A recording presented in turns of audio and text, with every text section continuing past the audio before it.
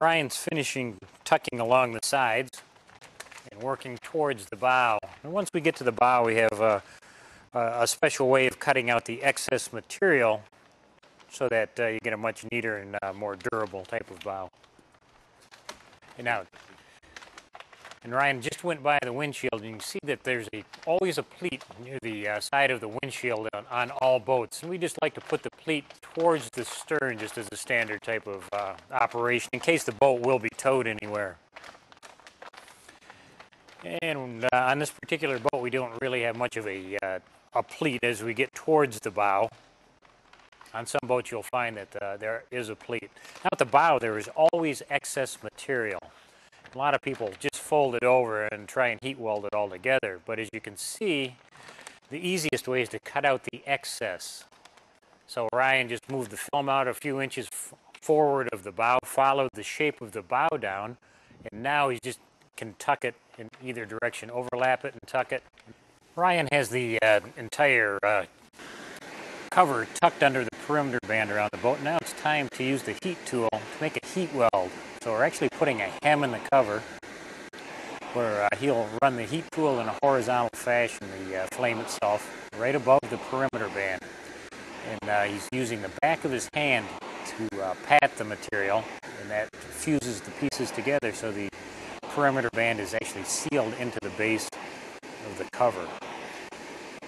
You only need a couple inches of heat weld to actually make it work well. As you come to a pleat, you want to do the pleats at the same time as you're going around the boat. So when you're done going around, you're ready to begin shrinking the cover.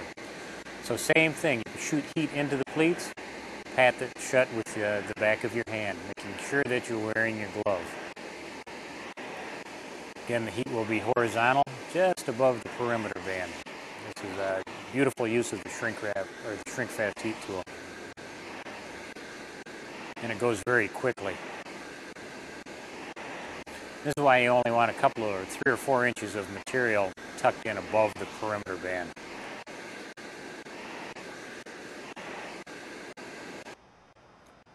Brian's finishing up now. Both sides of the boat have been heat welded around the perimeter band. So he's going back to the transom and folding the film under and actually holding it up to get a good heat weld. And he'll also be protecting the lower unit at the same time.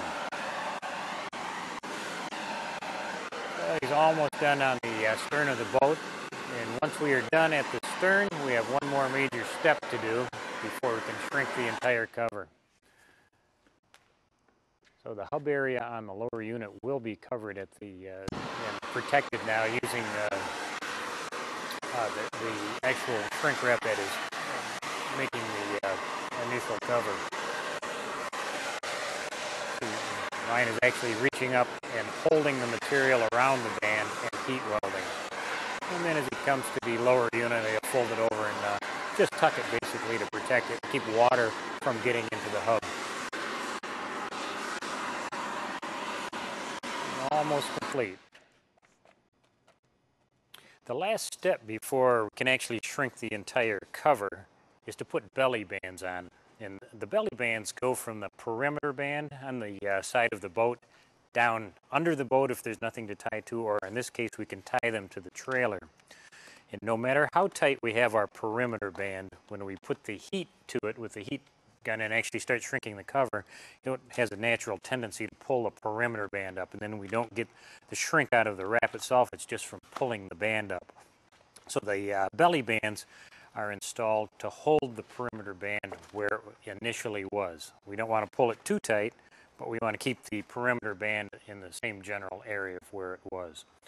And on a power boat, we generally need about a belly band every 6 to 8 feet. Now on this boat, we're going to put one right by the windshield and also closer to the back of the boat. We don't need anything in front of the windshield just because of the shape of the hull will hold the perimeter band down.